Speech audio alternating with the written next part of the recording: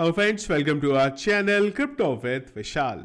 आज की वीडियो में बात करेंगे गाइस बिटकॉइन के प्राइस में जो ये एक पंप देखने को मिला है। बिटकॉइन जो पिछले कुछ दिनों से साइडवेज मूवमेंट चल रहा था और यहाँ पे सडनली 45,000 के लेवल पे आ गया है। क्या उसके पीछे के रीजन है?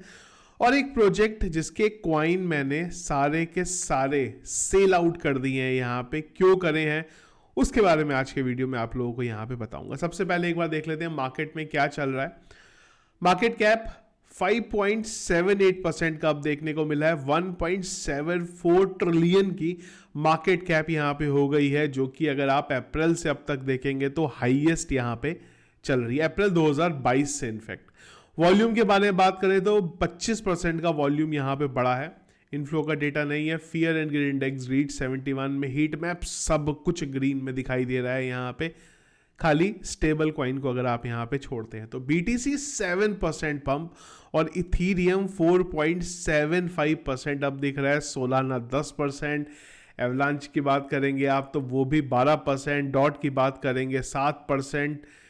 और एक प्रोजेक्ट जिसको हम लोगों ने बाय किया था काफ़ी टाइम पहले, वो यहाँ पे 16.8% स्टैक्स जो है यहाँ पे पंप चल रहा है। और उसके बाद ग्राफ जो है यहाँ पे वो तकरीबन 20% के पंप पे देखने को मिल रहा है। सब कुछ यहाँ पे कुल मिला के ग्रीन अभी दिखाई दे रहा है। बिटकॉइन की बात करें तो एक जो बड़ा रेजिस्टेंस था, जिस रेजिस्टेंस पे अगर आप देखें तो हम लोग 5 दिसंबर से अब तक बार बार उसे टच करते आ रहे थे, बिटकॉइन ने एक ही झटके में उसको यहां पे तोड़ दिया। और जब ये वीडियो बना रहा हूं मैं, बिटकॉइन का प्राइस है 45,230-40 की रेंज में अभी यहां पे चल रहा है। तो ये वो इंपॉर्टेंट लेवल था। और अगर आप एक चीज और भी देखेंगे, हम लोग लास्ट टाइम इस जगह पे थे 6 अप्रैल को 5-6 अप्रैल को 2022 में।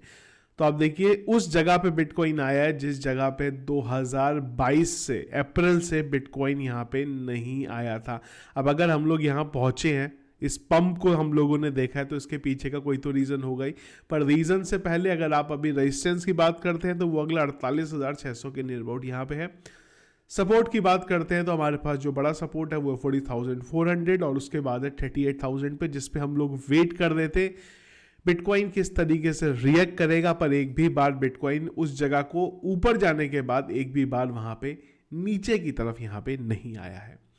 फंडिंग रेट सरप्राइजिंगली अभी भी यहां पे पॉजिटिव दिखाई दे रहे हैं। मतलब जो मार्केट के सेंटिमेंट है वो इतने पंप के बाद भी यही इशारा कर रहे हैं कि मार्केट अब यहां से ऊपर ही जाएगा फंडिंग रेट के अकॉर्डिंग, अगर आप यहां पे देखते हैं तो। दूसरी एक और चीज़, अगर आप बिटकॉइन का ट्रेंड देखते हैं तो मैंने टेलीग्राम पे इसको शेयर भी किया था, इसलिए मैं बोलता हूँ टेलीग्राम को ज्वाइन नहीं किया सबसे पहले ज्वाइन कर लो, क्योंकि कुछ भी अपडेट अगर आपको देना होता है तो सबसे पहले टेलीग्राम पे मैं देता हूँ। यहाँ पे लिंक वीडियो के डिस्क्रिप्शन में मिल जाएगा, सर्च करके ज्वाइन मत करिएगा। बहुत सारे स्कैमर्स के सेम नाम से चैनल है, वहाँ पर भी आप ऐड हो सकते हैं। तो आप ये देख सकते हैं यहाँ पे बिटकॉइन का अगर आप ईयरली ट्रेंड देखते हैं 2011 से 2023 तक का, तो हर 3 साल इसके ग्रीन में रहे हैं, फिर एक रेड में, फिर 3 साल ग्रीन में, फिर एक रेड में, फिर 3 साल ग्रीन में, फिर एक रेड में। यानी कि 2022 का जो साल था, 2023 हमारे लिए यहाँ पे ग्रीन में गया है। इंपॉर्टेंट चीज़, अगर इस ट्रेंड को देखें तो 2024 भी हमें एक पॉजिटिव जाता हुआ देखने को मिल सकता है, अगर इस ट्रेंड को अगर हम लोग यहाँ पे फॉलो करते हैं तो। इस ट्रेंड के अलावा भी 2024 में काफ़ी बड़ी चीज़ें यहाँ पे होने वाली हैं, जिसमें से हाविंग है और बिटकॉइन का ETF है। तो उम्मीद पूरी है कि ये साल तो एटलीस्ट आपको ग्रीन में ही बिटकॉइन का देखने को मिलेगा। इसके अलावा अगर आप बात करें आपकी ये जो लास्ट क्वार्टर था हमारा, उस क्वार्टर ने भी हमें 57% का यहाँ पे पंप दिखाया है। और अगर आप बिटकॉइन की बात करते हैं तो करीब 150% का पंप बिटकॉइन ने जो 2023 का साल था वहाँ पे दिखाया है।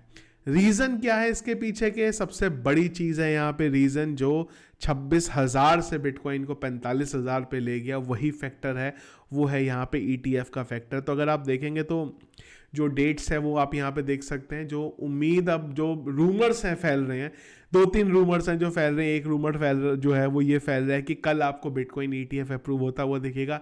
एक और रूमर्स है जिसके अकॉर्डिंग SEC जो है वो नॉर्मली वीकेंड पे कुछ बम फोड़ती है, यानी कि फ्राइडे के दिन कुछ फोड़ती है। तो हो सकता है कि आपको फ्राइडे के दिन ETF का अप्रूवल जो है वो यहाँ पे आता हुआ देखने को मिला। नॉर्मली 5 से 10 तारीख की विंडो थी जहाँ पे ETF अप्रूवल की डेट का यहाँ पे लोग सोच रहे हैं। तो और रूमर्स अभी ऐसे हैं ना कि अगर यहाँ पे जो ब्लैक रॉक के CEO हैं लैरी फिंक, अगर वो ये भी डाल देना कि मेरा मूड खराब है इस समय, तो लोग उसका मतलब निकाल ले रहे हैं कि बिटकॉइन का जो ETF है वो डिसअप्रूव हो गया और वो बोल दे मैं बहुत अच्छा हूँ अभी, I am feeling very happy, तो लोग उसका मतलब निकाल रहे हैं बिटकॉइन का ETF अप्रूव होने वाला है। यही चीज़ यहाँ पे हुई है।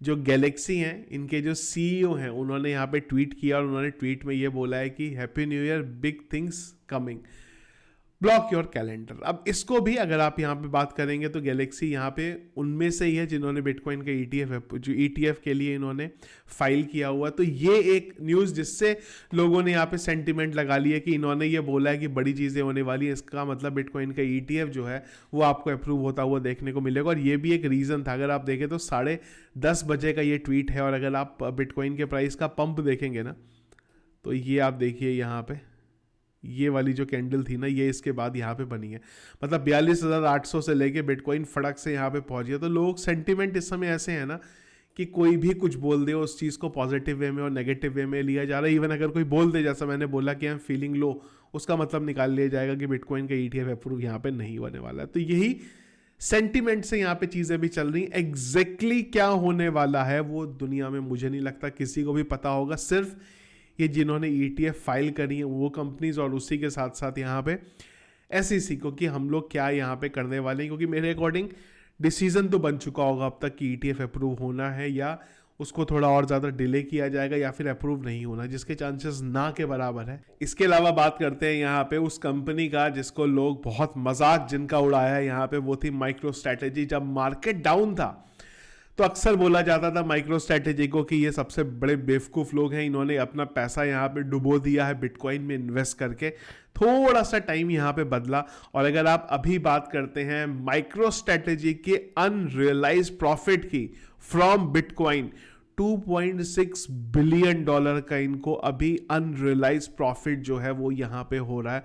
और अगर आप देखें माइक्रो स्ट्रैटेजी का, उसको कोई फर्क नहीं आज तक पड़ा, उसने हर प्राइस पे बिटकॉइन को बाय करा है यहाँ पे, चाहे बिटकॉइन 59,000 पे गया हो या बिटकॉइन यहाँ पे रिसेंटली अगर आप देखें 42,000 पे गया हो, जिस भी प्राइस पे बिटकॉइन जाता रहा है इन्होंने यहाँ पे खरीदा है, चाहे बिटकॉइन का प्राइस नीचे हो चाहे बिटकॉइन का प्राइस ऊपर हो। कुल मिला के इन्होंने ये दिखाया कि DCA अगर आप करते रहते हैं, आपने बिटकॉइन को किसी भी प्राइस में खरीदा है, लॉन्ग टर्म पे आपको नुकसान नहीं हो सकता। और जिस माइकल सेलर का लोग मजाक उड़ाते थे कि इन्होंने अपना पैसा बिटकॉइन में डाल के बर्बाद कर दिया, उन्होंने एक परफेक्ट एग्जाम्पल यहाँ पे दिखाया है $2.6 बिलियन के प्रॉफिट का यहाँ पे बिटकॉइन के थ्रू। वो प्रोजेक्ट के बारे में आपको बताने वाला हूँ जिसके कॉइन मैंने सेल कर दी है। रीज़न पहले थोड़ा समझिए, उसके बाद हम लोग डिटेल में यहाँ पे बात करेंगे। तो प्रोजेक्ट का नाम है यहाँ पे BNB। तो मैंने 2021 में BNB को बाई किया था, एक अच्छा प्रॉफिट मैंने BNB से यहाँ पे अर्न किया है और अब मुझे लगता है कि मैं वो जो प्रॉफिट मैंने अर्न किया है उसको निकाल के किसी दूसरे प्रोजेक्ट में अगर डाल दूँ तो वहाँ से मुझे ज़्यादा बेनिफिट यहाँ पे मिल जाएगा। और इवन अगर मैं बिटकॉइन भी और ज़्यादा यहाँ पे बाई कर सकूँ अगर मार्केट एक बार क्रैश होगा तो वो मैं यहाँ पे अभी के लिए प्लान कर रहा हूँ। अभी मैंने कोई भी यहाँ पे बाइंग नहीं करी है मेरी BNB को सेल करके, मैं एक परफेक्ट टाइम का वेट कर रहा हूँ। अगर मार्केट डाउन होगा और अगर मार्केट क्रैश नहीं भी होगा मुझे कोई फ़र्क नहीं पड़ता, एक अच्छा अमाउंट मैंने ऑलरेडी यहाँ पे अर्न कर लिया हुआ है। कि अगर आपको सेल करना है सिर्फ ये चीज़ देख के कि मैंने ये बोला है तो प्लीज़ एक बार अपनी रिसर्च पूरी करिए। आपने किस प्राइस पे बाई किया था, कितना बाई किया था, आपके पोर्टफोलियो में BNB कितना है, वो सारे फैक्टर अगर आप देखेंगे तो आप उस चीज़ को देख पाएंगे। मैंने वो सारे फैक्टर देखे हैं, कितना मेरे प्रोजेक्ट में रिस्की एलिमेंट हैं, क्या मुझे उसको सेफ साइड करना है नहीं करना है, उसके बाद मैंने यहाँ पे ये डिसीज़न लिया है। आपको सेल करने के लिए अपनी रिसर्च ज़रूर यहाँ पे एक बार करिएगा, क्योंकि जो बाइनेंस के हालात हैं और जो कॉइनबेस आने वाले टाइम में ETF के बाद उसको टेक ओवर कर सकता है। यहाँ से BNB ने जो अपना ऑल टाइम हाई आज तक बनाया था वो तकरीबन ऑल पे चलते हैं, जो इसने अपना ऑल टाइम हाई बनाया था वो 682 का बनाया था। यहाँ से अगर ये $1,000 भी चला जाता है तो खाली इसके प्राइस में 3x का पंप होगा। उसके अलावा और बहुत सारे प्रोजेक्ट ऐसे हैं जो मैं करंट प्राइस पे बाई करता हूँ तो अगले बुल रन पे वो मुझे उससे ज़्यादा प्रॉफिट दे के जा सकते हैं। तो मैं अपना जो अमाउंट है बाई किया वो मैं उसको वहाँ पे डाइवर्ट कर दूंगा, इस वजह से मैं इसको यहाँ पे निकालो। अपनी रिसर्च ज़रूर यहाँ पे एक बार आप करिएगा। तो ये था गाइस हमारा आज का वीडियो, क्या मार्केट में चल रहा है उसके रिगार्डिंग। पोर्टफोलियो को लेके मैंने आप लोगों को बताया था जब मैं बाहर था कि मेरा क्या पोर्टफोलियो है, उसमें कितना एलोकेशन है, वो सब मैं आपको बता दूंगा। तो मैं वापस आ गया हूँ, अगले 1-2 दिन के अंदर वो वीडियो भी आप लोगों को हमारे चैनल पे देखने को मिल जाएगा। तो गाइस हमारा आज का वीडियो पसंद आया आपको, इसको लाइक शेयर जरूर कीजिएगा। चैनल में अगर आप नए हैं, फर्स्ट टाइम वीडियो देख रहे हैं, ज़रूर चैनल को सब्सक्राइब कर लीजिएगा। और सारे रेगुलर अपडेट्स के लिए, जैसे कि मैंने पहले बोला है, टेलीग्राम को नहीं ज्वाइन किया है ज़रूर ज्वाइन कर लीजिएगा, लिंक वीडियो के डिस्क्रिप्शन में मिल जाएगा। Thank you friends.